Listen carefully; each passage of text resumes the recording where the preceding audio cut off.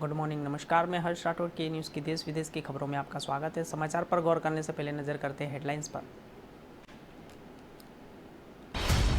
राजस्थान में मंगलवार को 8 जून से अनलॉक का दूसरा फेज शुरू हो रहा है, तो गृह विभाग के अनलॉक 2 में गाइडलाइन जारी कर दी गई। तो इसके मुताबिक बाजार खोलने का समय बढ़ाकर शाम 4 बजे तक कर दिया है। पुणे के एक मुल्शी MIDC और इलाके में एक केमिकल फैक्ट्री में आग लगने से 15 महिला समेत 17 लोगों की मौत हो गई है। तो घटना में शाम करीब 5 बजे की हादसे के दौरान फैक्ट्री में 7 और 37 मजदूर कम हो रहे हैं। तो डोमिनिका के जेल में बंद घोड़े कारोबारी के मेहुल चौकसी ने सोमवार को हैरान करने वाले खुलासे किए। तो चौकसी ने एंटीगुआ और पुलिस के 2 शिकायती कहा है जिसे उसका अपहरण किया गया था।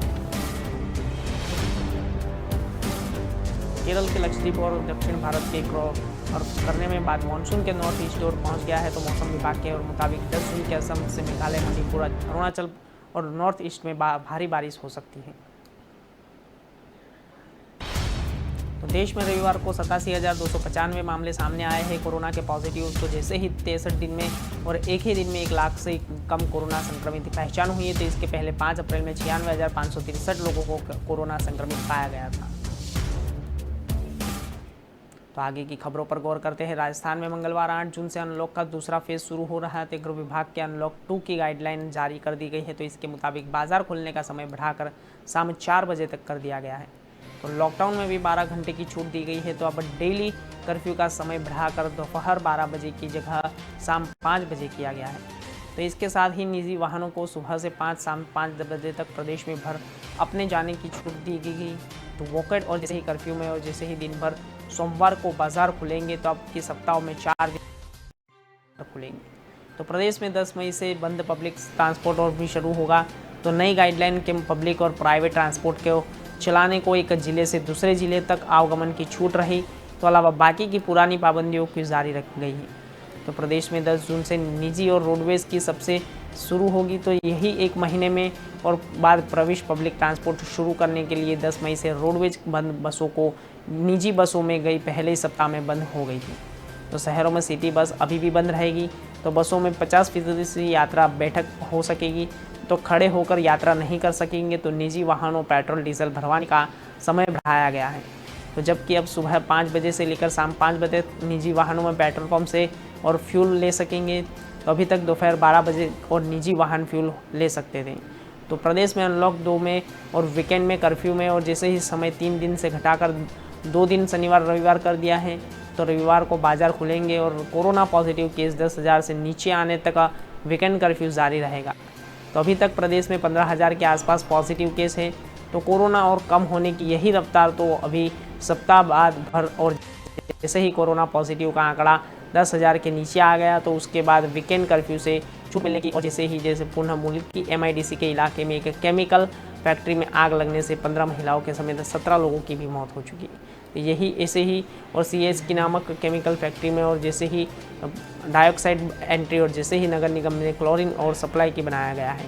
तो जैसे ही लोगों को शव बाहर लेते हुए और फायर ऑफिसर को पोटफोड़े बताया तो मौके पर दमकल विभाग ने 8 गाड़ियाँ और आग बुझाने के लिए भी भेज दी।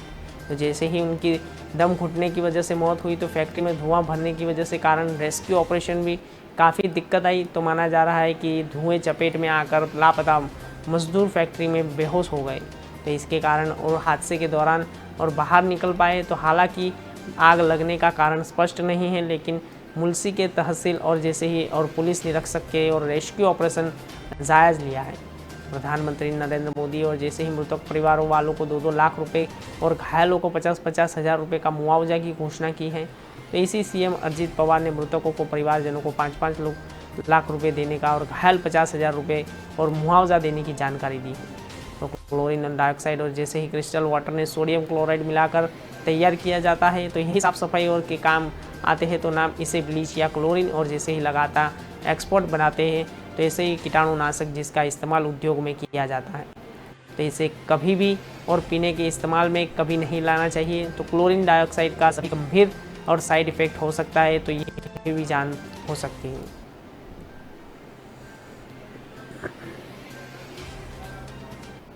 तो डोमिनिका की जेल में बंद भगोड़े कारोबारी और मेहुल चौकसी ने सोमवार को हैरान करने वाले खुलासे लिए। तो चौकसी ने एंटीगुआ पुलिस की शिकायत तो उसका अपहरण किया गया। तो इसमें और जैसे ही अपनी महिला मित्र बराबर जयप्रिका के अलावा 2 भारतीय नरेंद्र सिंह और गुरमीत सिंह का नाम लिया है, तो मेहुल और 13,500 करोड़ रुपए पीएनबी घोटाले का आरोपी है। तो चौकसी ने पुलिस को बताया कि मेरे पिछले साल और बराबर जयप्रिका के साथ दोस्ताना रिश्ता था, तो वही बराबर उसके साथ घर से पिक करने के लिए कहा। तो जबकि मैं वहाँ गया तो अचानक ही ऐसे ही एंट्रेंस और जैसे 8-10 लोग आए और मुझे बुरी तरह से पीटा। तो यही खुद को एंटुगा और पुलिसकर्मियों को बता रहे थे कि इसके बाद उन्होंने अगवा कर लिया। तो चौकसी ने बताया कि अब लोग उसका अपहरण करके डोमिनिका को लेकर यहाँ पहुँचकर अपने बताया गया है। तो यही भारतीय राजनेता से चौकसी ने मिलने के लिए लाए। तो डोमिनिका पुलिस ने और कैरेबियन और सुप्रीम कोर्ट में दावा किया है। तो उन्होंने मेहुल चौकसी को खाड़ी के किनारे टोकरीवे घाट के पास 24 मई रात करीब 11:30 बजे संदिग्ध हालत में मिला था। तो जबकि और जैसे ही चौकसी पर गैरकानूनी तरीके से डोमिनिका में एंट्री करने का आरोप है, तो लेकिन उसने अपनी तरह हिरासत में हाईकोर्ट चैलेंज किया है। तो चौकसी का दावा है कि उसे एंटुगा बाराबुडा का अपहरण डोमिनिका लाया गया था। तो इसके तहत चौकसी ने ये नया खुलासा किया है। तो चौकसी ने शिकायत में दावा किया है कि उसके दोस्त बाराबुडा अपहरण के साजिश में मिली थी। तो उसकी ओर जैसे ही जब 8 से 10 और लोगों के साथ में घर में मारपीट की, तो तब 12 से मदद ली और कोशिश नहीं कर सकते थे। जैसे इनका मतलब वही है कि अपहरण की साजिश मिली हुई है।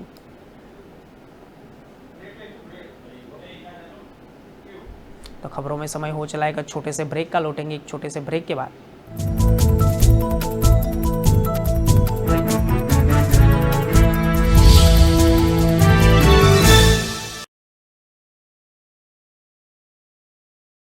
ડેડ જલ્દી કરો, પ્રેક્ટિસ માટે લેટ થાય છે. યસ ચેમ્પ, આવું છું. હા, અરે બેટા તું હેલ્મેટ ભૂલી ગયો હતો. પછી પેલા વિકીના બાઉન્સર્સની સામે પ્રોટેક્શન તો જોઈએ ને. ડેડ હું ભૂલી નથી ગયો. એક્ચ્યુઅલી મારે હેલ્મેટ પહેરવું જ નથી. વોટ? ચેમ્પ આમાં ચોઇસ ના હોય. સેફટીનો સવાલ છે. Exactly dead. હેલ્મેટમાં ચોઇસ ના હોય. તમે હેલ્મેટ પહેરવાનું શરૂ કરો એટલે હું પણ. હેલ્મેટ એ સુરક્ષા છે, એનો કોઈ વિકલ્પ નથી. વાહન ચલાવતી વખતે હેલ્મેટ પહેરો. આપણી સુરક્ષા આપણા હાથમાં. ટ્રાફિક વિભાગ દ્વારા જનજાગૃતિ માટે પ્રસ્તુત.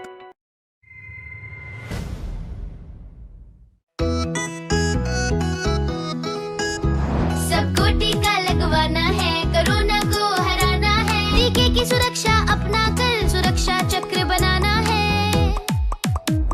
18 साल की उम्र हो, युवा हो या बुजुर्ग हो, एक पल भी सोचे बिना ये मौका नहीं गवाना है। सबको टीका लगवाना है, कोरोना को हराना है। टीका लगने के बाद भी सुरक्षा को अपना कर भी मास्क फिर भी लगाना है, 2 गज की दूरी निभाना है। सबको टीका लगवाना है, कोरोना को हराना है। और वैक्सीन लगाने में मुझे किसी तरह की कोई दिक्कत नहीं हुई है। गवर्नमेंट ने काफ़ी अच्छी व्यवस्था की हुई है यहाँ पर, और मैं सबसे यही कहूँगा कि सभी को वैक्सीन लगवानी चाहिए। और उसमें कोई भी ऐसा दर्द या कोई ऐसी चिंता वाली विषय की बात नहीं है। मैंने टीका लगवाया है जीत का, आप भी लगवाइए। टीका ही दिलाएगा जीत, टीका जीत। आज मैंने कोरोना से जीतने के लिए टीका लगवाया, आप लोग भी लगवाएं, सुरक्षित रहें। मैंने लगाया है टीका जीत का, आप भी लगवाइए। चलो टीका लगवाएं, कोरोना को हराएं। निशुल्क टीकाकरण अभियान में 18 वर्ष से अधिक उम्र वालों के लिए टीका लगवाकर सुरक्षा कवच बनाएं। cowin.gov.in पर रजिस्ट्रेशन करवाएं। सूचना एवं जनसंपर्क विभाग उत्तर प्रदेश द्वारा जनहित में जारी।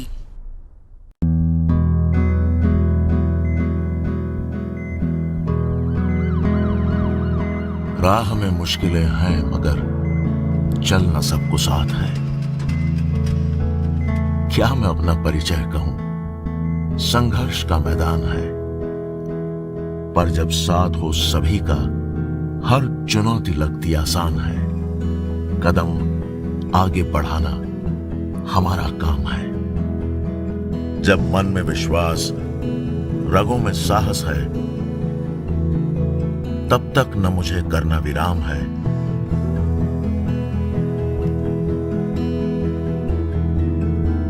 कदम आगे बढ़ाना हमारा काम है। यह चुनौती भी हमें स्वीकार है। जब तक न सफल हों नींद, चैन सब का त्याग है। कदम आगे बढ़ाना हमारा काम है। मुश्किल है पर इतना भी नहीं कि हम कर न सके।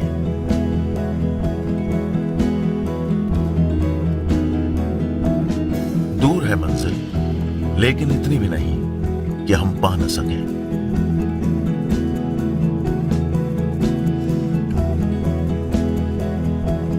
गति न जीवन की कभी रुकेगी, राह में सफलता जरूर मिलेगी।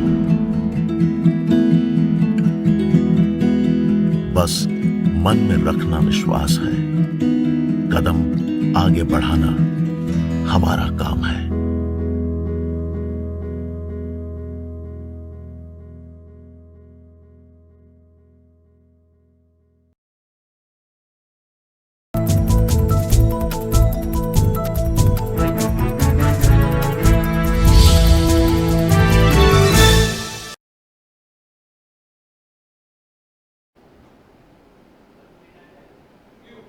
ब्रेक के बाद आपका स्वागत है। समाचारों पर आगे गौर करते हैं। केरल के लक्षद्वीप और दक्षिण भारत के और करने वाले मानसून और नॉर्थ ईस्ट में पहुंचा गया है। तो मौसम विभाग में और मुताबिक 10 जून के असम के मेघालय पे और जैसे ही अरुणाचल सहित नॉर्थ ईस्ट में भारी बारिश हो सकती है।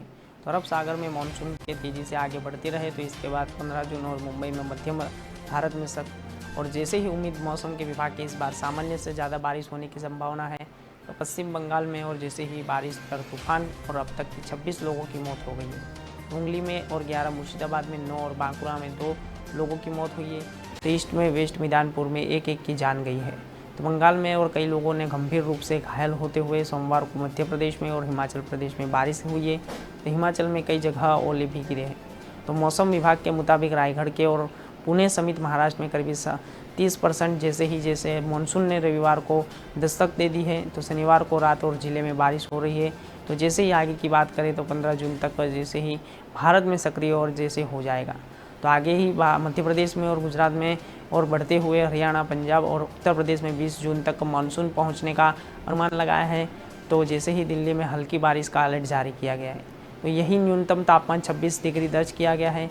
तो अधिकतम तापमान 40 डिग्री सेल्सियस है। तो आगे की बढ़ते हुए जैसे ही सामान्य से 2 डिग्री कम हो गया है। तो भोपाल, इंदौर सहित मध्य प्रदेश से कई जिलों में रविवार को हल्की बारिश हुई। तो इंदौर तापमान और जैसे 35.4% डिग्री रही है। तो औसत से 4 डिग्री कम हुई। तो शाम को तापमान में और जैसे ही इलाकों में बारिश हुई तो आगे बढ़ते मई से और जैसे ही लेकर उसको आगे की तक इंदौर में 2 इंच बारिश हो चुकी है।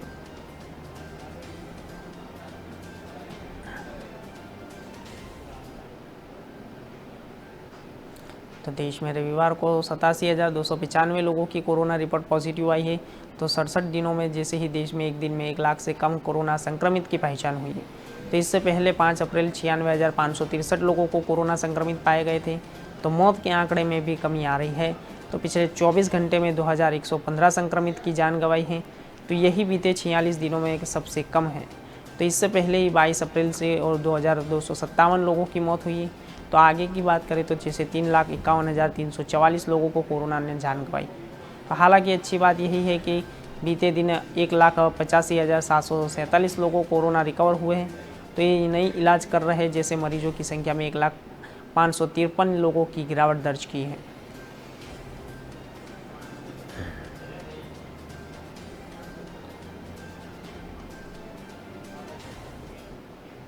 भारतीय सेना और नौसेना के बाद पावरफुल होने वाली और उससे साल अमेरिका दुनिया में बेहतरीन MH-60R जैसे ही हेलीकॉप्टर जुलाई में, जबकि 1 साल में और आखिर में मिलेगा। तो यही हेलीकॉप्टर को समुद्र जहाज में पनडुब्बियों को ढूंढकर मारने की क्षमता रखते हैं। अधिकारियों के मुताबिक नौसेना के करीब 15 अफसरों को हेलीकॉप्टर और ऑपरेट करने के लिए ट्रेनिंग ले रहे हैं।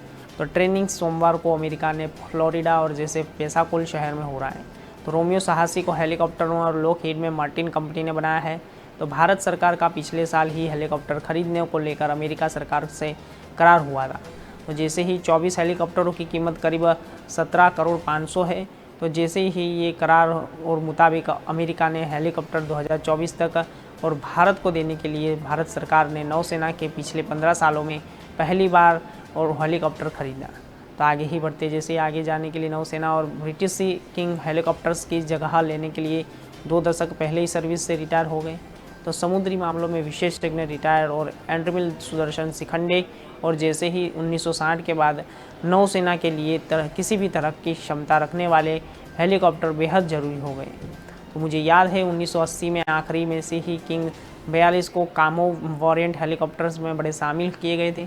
तो अब वे MH-60R आने से नई ताकत मिलेगी। तो सीहोर का हेलीकॉप्टर AGM के 114 हलफायर और मिसाइल MK-54 TRPD और जैसे एयरक्राफ्ट करियर से ऑपरेट किया जा सकता है। तो रोमियो के नाम से मशहूर MH-60 और सीहॉक हेलीकॉप्टर को सबमरीन अलावा निगरानी, सूचना, टारगेट सर्च और बचाव, गन फायर और लॉजिस्टिक सपोर्ट में कारगर का। और जैसे ही हेलीकॉप्टर दुश्मन के पनडुब्बियों में नष्ट करता अलावा जहाज़ों को खदेड़ने और समुद्र में सर्च अभियान में कारगर साबित होंगे। तो इस हेलीकॉप्टर में मदद के घरेलू स्तर पर भारत की सुरक्षा मजबूत होगी।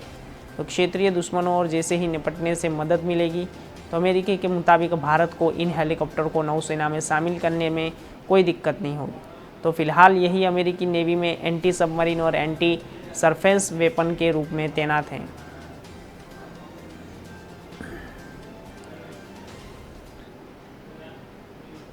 केंद्र सरकार ने सोमवार को विदेश जाने वाले लोगों को वैक्सीन लेकर नई गाइडलाइन जारी की है। तो SOP के तहत विदेश पढ़ने वाले स्टूडेंट और प्रोफेशनल 28 दिन के बाद कोविडशील्ड की दूसरी डोज ले सकेंगे। तो इससे पहले यही नियम 84 दिन में और जैसे ही देश में रहने वाले लोगों के लिए यही नियम लागू नहीं होगा। तो केंद्र की नई गाइडलाइन के मुताबिक विदेश यात्रा के लिए सिर्फ कोविडशील्ड वैक्सीन लेने वाले को वैक्सीन सर्टिफिकेट दिया जाएगा।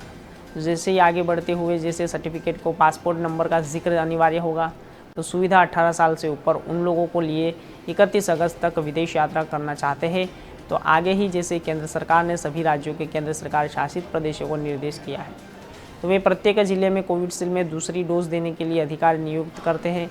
तो जांच करेंगे कि पहले ही खुराक की तारीख बाद 28 दिनों के बाद अवधि समाप्त हो गई। तो साथ में दस्तावेजों के बाद आधारित संबंधित और वास्तविकता जांचेंगे। तो कोरोना के इस दौर में कई देशों ने संक्रमण के डर से अपने देशों में बाहरी देशों में जाने वाले यात्रियों को एंट्री पर पाबंदी लगा दी रही। तो वहीं जिन्हें देशों में एंट्री खुली हुई है तो बाहर से आने वाले यात्रियों को लंबे समय के लिए क्वारंटाइन रहना पड़ता है। तो इसे लेकर वैक्सीन और पासपोर्ट से पर बहस चल रही है।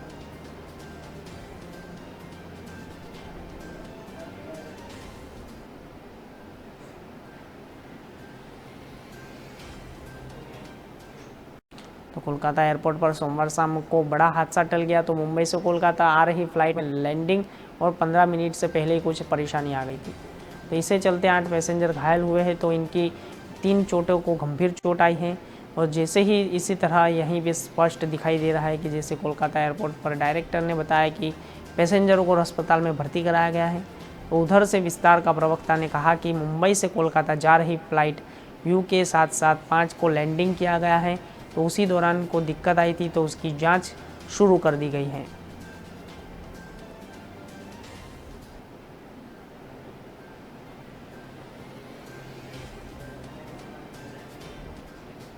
तो भारत में कोरोना के कंट्रोल हालत में और जैसे ही बीच डराने वाली खबरें आई है।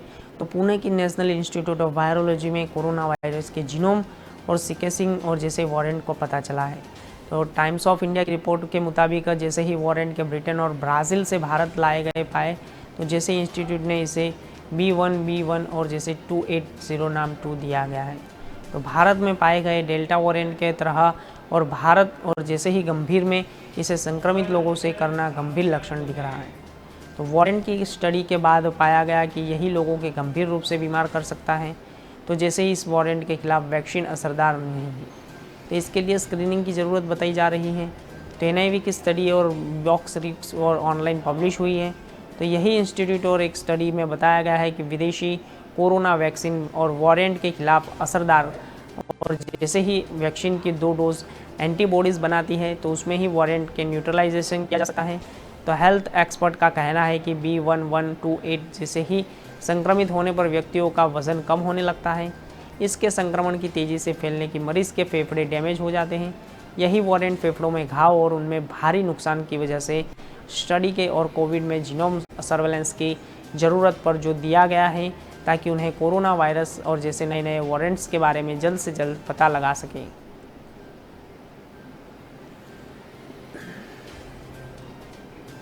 मध्य प्रदेश के गृह मंत्री नरेंद्र और मिश्रा के जैसे ही शिवराज सिंह हमारे सीएम हैं, तो जैसे ही भाजपा के महासचिव कैलाश विजयवर्गीय बोले कि सीएम की दौड़ में नहीं रहे, तो जैसे ही कारण साफ है। तो जिस तरह से एक सप्ताह की सियासी बैठकों में जिस तरह से विषय छुपाए गए, तो उससे सीएम शिवराज सिंह चौहान के समर्थकों को धड़कनों और बढ़ गई। तो जैसे ही उन्होंने बैठक के कारण सोशल मीडिया पर अटकलें इतनी बढ़ गई कि अनंत पार्टी को देना पड़ा। और हालांकि पार्टी की अब यही साफ नहीं किया कि कैलाश विजयवर्गीय, नरोत्तम मिश्रा, वाड़ी शर्मा, विश्वास सारंग जैसे भाजपा के नेताओं की आपसी बैठक अचानक किसी सिलसिले में हुई। तो राजनीतिक विश्लेषकों का मानना है कि नेतृत्व परिवर्तन के हवा अफवाह इतना तेज करने में बीजेपी नेताओं ने जिम्मेदारी का मामला बढ़ाता रहा, तो पार्टी चुप रही। कैलाश विजयवर्गीय के बंगाल के चुनाव में फ्री हो जाना और उनका फिर प्रदेश में सक्रिय होना, और जैसे ही यही साफ नहीं है, तो उन्होंने खंडवा से उपचुनाव का लड़कर केंद्र भेजकर मंत्री बनाने की अटकलें चल रही हैं। तो सिंधिया राज्यसभा और जैसे ही सदस्य बनने के बाद अब तक के केंद्रीय मंत्री पद पर इंतज़ार में, और सरकार के उनके समर्थक विधायक अच्छी संख्या में। ऐसे ही गुप्त बैठकों पर उनका अचानक 9 जून एमपी को कार्यक्रम बनाने की उप खबर पर मुद्दों को हवा दे, और जैसे ही लोगों ने इस सियासती और परिवर्तन से जोड़ना शुरू कर दिया, तो उपचुनाव से मिले हार के बाद सरकार भारी पड़ सकता है। तो पार्टी इसे लेकर लगातार समीक्षा कर रही है कि कांग्रेस में नेताओं ने इसे लेकर भी नेतृत्व परिवर्तन की हवा बनाकर जोड़ने में कसर नहीं छोड़ी।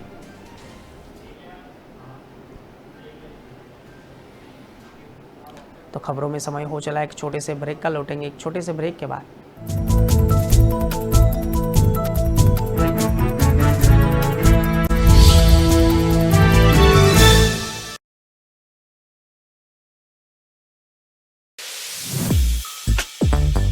આ છે શોર્ટકટ સુરેશ. બાળપણથી જ સુરેશને એક જ શોખ રહ્યો છે, શોર્ટકટ શોધવા.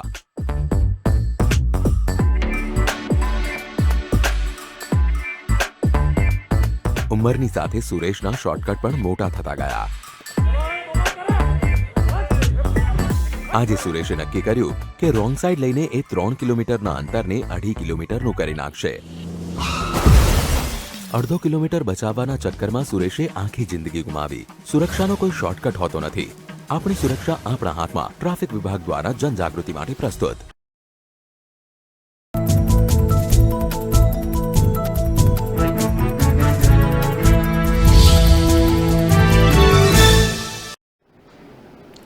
तो आगे की खबरों पर गौर करते हैं। नाबालिग और यौन शोषण के मामले में सजा काट रहे आसाराम ने 8 साल से जोधपुर सेंट्रल जेल में बंद गिरफ्तार होने के बाद अब तक 15 से अधिक बार और अधीनस्थ अदालतों में लेकर सुप्रीम कोर्ट के तक जमानत के सारे दावपेच खेल चुका है।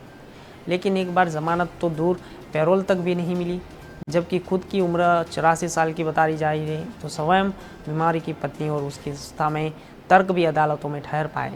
तो इसका एकमात्र कारण उनके समर्थकों को अंधभक्त है। तो जैसे ही पुलिस व सरकार को डर है कि अगर आसाराम को जमानत मिली तो कानूनी व्यवस्था इतनी बिगड़ जाएगी कि नियंत्रित करना मुश्किल हो जाएगा। तो बस इसी ठोस और दलीलों के आगे आसाराम की सारी दलीलों के फेल हो रही है।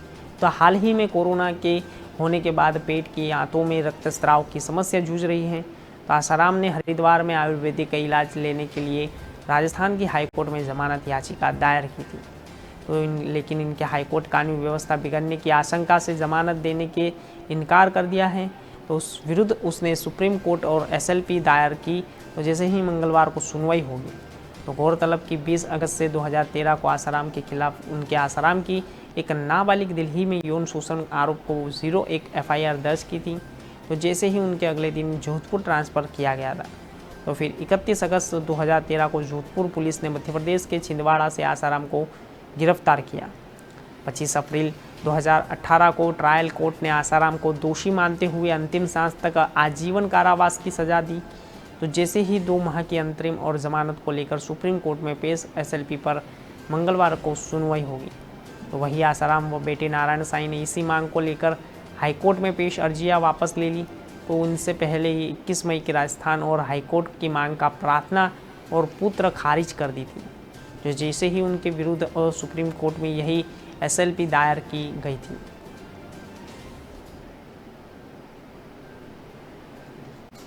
कोरोना संक्रमण के खतरे की वजह से करीब 1.5 महीने तक लॉक रही मुंबई सोमवार को फिर से अनलॉक हुई। तो हालांकि अनलॉक होते हुए मुंबई की सड़कों पर नज़ारे कई दिखाई दिए, तो परेशानी बढ़ने वाला है।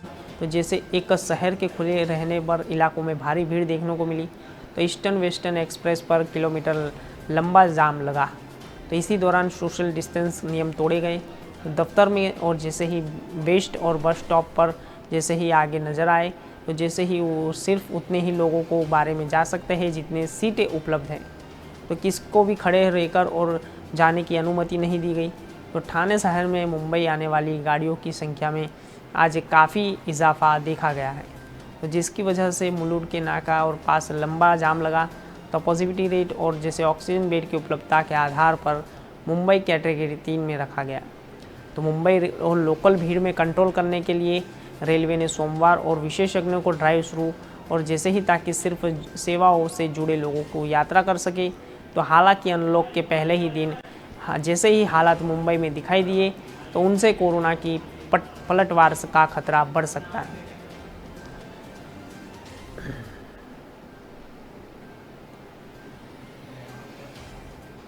तो महाराष्ट्र में सांगली से मछली पकड़ने के लिए 3 भाइयों को तालाब में डूबकर मौत हो गई। तो जैसे ही 2 सगे भाई और तीसरा चचेरा भाई था, तो तीनों में साथ इनके अल्सेटेनियम और नस्ल के कुत्ते का शव भी पानी में तैरते हुए मिला। तो हालांकि पुलिस फिलहाल से दुर्घटना मानकर जांच को आगे बढ़ा रही है। तो पोस्टमार्टम की रिपोर्ट में और इंतज़ार कर रही है कि हालांकि कुत्तों को भी डूबने से मौत हुई है या इस मामले में संदेह खड़ा हुआ है। तो चारों शव कुछ देर पहले ही कुछ समय अंतराल के साथ बरामद किए गए हैं। तो स्थानीय पुलिस के मुताबिक और जैसे ही इसे टेम्बू बांधकर पानी में बरसात से पहले छोड़ा जाता है, उन्हीं दिनों में लगभग फुल हो गई हो। तो रविवार को दोपहर 3 बजे विजय अंकुश वनन में आनंद अंकुश वनन में जैसे मछली पकड़ने के लिए घुसे और पानी में पैर फिसलने के एक भाई डूबने लगा और डूबते भाई को बचाने के लिए वही छलांग लगा दी। तो पानी ज़्यादा भर और जैसे ही कारण 3 डूबने लगे और उससे पहले कि कई मौके पर पहुंचता कोई डूब चुके थे। तो शाम 6 बजे पर घर नहीं लौटे, तो उनके परिवार को पड़ोसियों ने तलाशा। तो रात 8 बजे झील से निकली नहर के पास विजय और आनंद के कपड़े चप्पल मिले। तो कुछ देर वहां तलाश है, तो देर दौरान उनके कुत्ते विलूसी का शव पानी में तैरते हुए मिला। तो इसके बाद परिवारजनों ने संदेह आधार पर पुलिस स्टेशन जाकर इस मामले में कंप्लेन की। तो रात 8:30 बजे तक तहसीलदारों ने सचिन मुलिक और पुलिस निरीक्षक भानुदास निभोरे और मौके पर पहुंचे और विश्वकर्मा फाउंडेशन बोट क्लब के सदस्य के साथ ही और तलाशी अभियान शुरू कर दिया।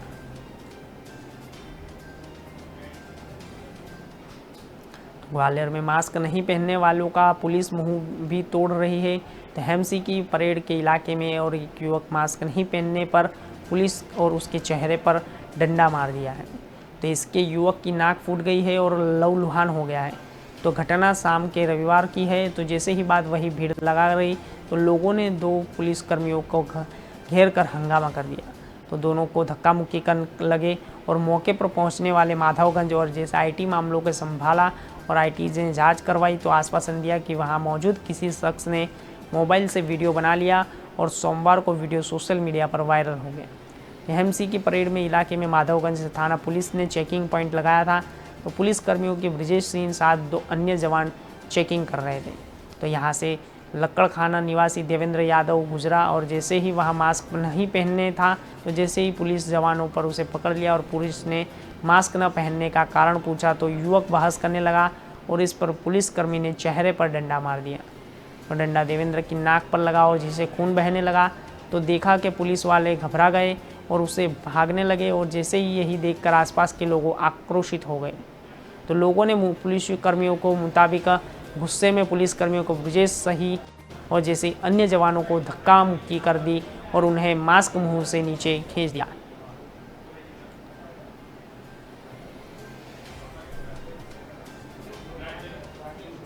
तो छत्तीसगढ़ में पिछले 1 साल में बंद पड़े स्कूल अब खोले जा सकते हैं। तो इसको लेकर प्रदेश की सरकार की विचार बना रही है। तो सोमवार को स्कूल खोले जाने पर मुद्दे पर मीडिया से बात करते हुए मंत्री प्रेम सिंह टेकाम ने कहा कि अगर कुछ ठीक हो रहा तो 16 जून बाद स्कूल खोले जा सकते हैं।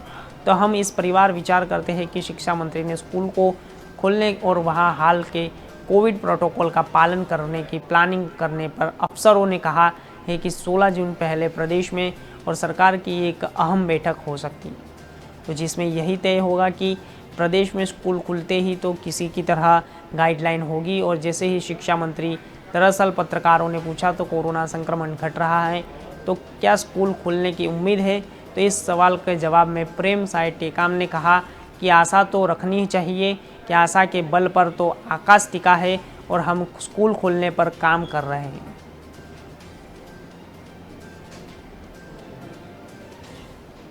के न्यूज़ की देश विदेश की खबरों में अभी तक के लिए इतना ही। ज़्यादा जानकारी के लिए देखते रहिए के न्यूज़। नमस्कार।